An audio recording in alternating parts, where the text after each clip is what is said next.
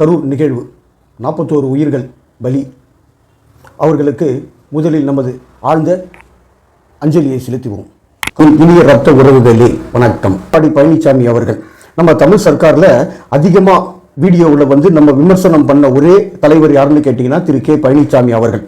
இந்த விஷயத்தில் அவர் அரசியல்வாதி நான் இல்லை, அவருக்கும் குழந்தைகள் பேரன்கள் அந்த குடும்பம் உற்றார் உறவினர் இத்தனை குடும்பத்தில் தான் நான் வாழ்கிறேன், நான் ஒரு கிராமத்துக்காரன் என்பது போல இந்த நிகழ்ச்சியை ஒரு பத்திரிகையாளர் அவரிடம் கேள்வி கேட்கிறார்.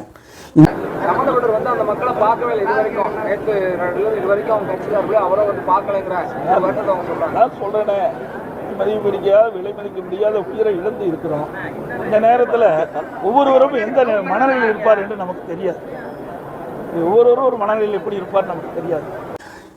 உயிர் போயிருக்குங்க, அவங்கவுங்க மனநிலை எப்படி இருக்குன்னு தெரியாதுங்க. முதல்ல ஒருத்தனுடைய மனுஷனுடைய மனநிலையை பார்க்கணும் அப்படின்னு அவர் சொன்னார் தெரியுங்களா. தமிழ்நாட்டில் மிகப்பெரிய ஒரு உயர்ந்த ஒரு அரசியல்வாதி என்ற இடத்துக்கு அவர் போயிட்டார். ஏன்னா அவர் ஒரு குடும்பத்தில் இருக்கிறார், ஒரு கிராமத்துக்காரர். அதாவது எழுதி வச்சுக்கலாம், அவர் படிக்கல. நல்லா கவனிச்சுக்கோங்க, அவரை பற்றி அதிகமான எதிர்ப்பு வீடியோ போட்டது நம்ம தமிழ் சர்க்கார் தான்.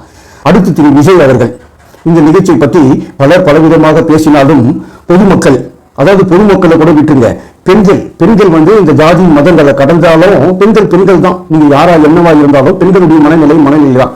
ஐயோ பாவம் குழந்தை விட்டுருங்க, ஏதோ நடந்து போச்சு, அது அப்படியே மாறுது. இப்போ இது விஜய் அவர்களுக்கு சாதாரணமா நீங்க சொல்ற பாருங்க, ரொம்ப கேவலப்படுத்தி சொல்லுவீங்க அந்த சில ஊடகவியலாளர்லாம். என்னன்னு கேட்டீங்கன்னா 8% இன்னைக்கு 25-30 தாண்டிட்டார் அவர். அந்த அளவுக்கு பெண்களுடைய மனநிலை விஜய்க்கு சாதகமா போயிடுச்சு. என்ன நீங்க கைது செய்யுங்க, அது செய்யுங்க, இது செய்யுங்க, கையாட்டக்கூடாது காலாட்டக்கூடாது என்ற நிகழ்வுகள் தான் வந்திருக்கு. இந்த கரூர்ல நடந்த நிகழ்வை பத்தி நாம பேசவே இல்லை, பொதுமக்களுடைய கருத்தை மட்டும்தான் எடுத்து உங்க முன்னாடி வைக்கிறோம். இன்று விஜய் அவர்களுக்கு இந்த நிகழ்வு தாவேகா கட்சி, அந்த நீங்க சொல்றது புஸ்லி ஆனந்தன் அவங்கள பத்திலாம் நான் பேசல. திரு விஜய் மட்டும்தான் மக்களுக்கு தெரியும். பெண்கள் மத்தியில திரு விஜய் அவர்களை குழந்தை என்னப்பா குழந்தை எப்படி போட்டு அமகலம் பண்றீங்க, அது அப்படியே மாறி போச்சு. இந்த இறப்பு நிகழ்ச்சியில் கூட விஜய் மேல ஒரு பழி சுமத்தணும் சொல்லி சிலர் முயற்சிக்கலாம். ஆனா இது அவருக்கு ரொம்ப பிளஸ் ஆயிடுச்சு. இனிமேல் திரு விஜய் அவர்கள் தைரியமா வராரா, வெளியில விளையாடணும். எல்லாரும் எதிர்த்திருக்காரு, அது அவருடைய அரசியல் அணுகுமுறை. அந்த அரசியல் அணுகுமுறைக்குள்ள நாம போக முடியாது. அவருக்கும் ஒரு கருத்து சுதந்திரம் இருக்கு. இந்த நிகழ்வுகள்லாம், இந்த கரூர் நிகழ்வு இன்றைய தேதியில விஜய்க்கு பிளஸ்ஸா மைனஸா போது விஜய்க்கு ரொம்ப பிளஸ் ஆயிடுச்சு. சாதாரண ஒரு டீ கடையில டீ சாப்பிட்டு பேசுறவங்களும் பாவம் என்னப்பா இப்படி போட்டு அமகலம் பண்றாங்கன்ற ரேஞ்சுக்கு போயிடுச்சு. விஜய் ஒரு குழந்தைன்றாங்க.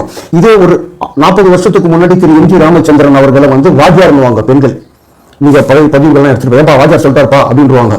அதே மாதிரி இன்னைக்கு விஜய் 50 வயசு கடந்துருக்கலாம் அவருக்கு. ஆனா அந்த பெண்கள் மத்தியில குழந்தை பாவன் அப்படின்னு சொல்லி எடுத்துட்டு வந்துட்டாங்க. இந்த நிகழ்வு விஜய்க்கு மிகப்பெரிய பிளஸ் பாயிண்ட். அந்த விஜயை வச்சு யார் வாக்கு அறுவடை பண்ண போறாங்க, பாஜகவா அதிமுகவா நாம் தமிழரா என்று பல கட்சிகள் உள்ளது. அது யாருக்கு அது சாதகமா போக போகிறது? 26 வரைக்கும் இந்த நிகழ்வு பெருசா எதிரொலிக்கும் பெண்கள் மத்தியில. அது யாருமே மாற்ற முடியாது. முதல்ல அந்த சிட்டின்னு ஒரு நாடகம் போட்டாங்க. அதுவே இன்னைக்கு அந்த பட்டாபின்னு ஒருத்தனா, இன்னைக்கு கூட ஒரு நடிகரை பட்டாபின்னு சொல்றாங்க. பெண்கள் இன்னைக்கு பேசக்கூடியது அந்த டிவி சீரியல், அந்த ஒரு இதய பலவீனமான விஷயங்களை மட்டும்தான் பெண்கள் பெருசா எடுத்துப்பாங்க. இந்த நிகழ்வு விஜய்க்கு மிகப்பெரிய சாதகம். அடுத்து ஒரு நல்ல பதிவில் நான் உங்களை மீண்டும் சந்திக்கிறேன். நன்றி, வணக்கம்.